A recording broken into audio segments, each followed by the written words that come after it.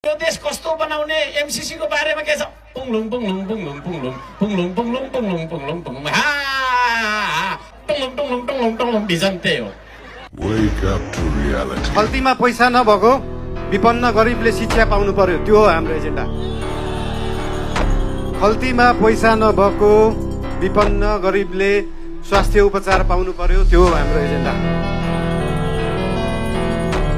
2 वर्षमा बन्ने बाटो 20 वर्षमा पनि बन्दैन, 1.5 वर्षमा बन्नु पर्यो, त्यो हो हाम्रो एजेन्डा। रुखमा बाँधेर हुन्छ कि बाटोमा सुताएर हुन्छ कि खोरमा जाकेर हुन्छ, बाटो बन्नु पर्यो। या त बाटो बनाउनलाई यो भेगमा मेरो भोट छैन, यहाँको बाटो किन बनाउने, यो भेगमा मेरो भोट छैन किन बाटो बनाउने। राष्ट्रिय स्वतन्त्र पार्टी सरकारमा गयो भने कांग्रेस हिँड्ने बाटो पनि बनाउँछ, एमाले हिँड्ने बाटो पनि बनाउँछ, माओवादी हिँड्ने बाटो पनि बनाउँछ, सबै नेपाली जनता हिँड्ने बाटो बनाउँछ।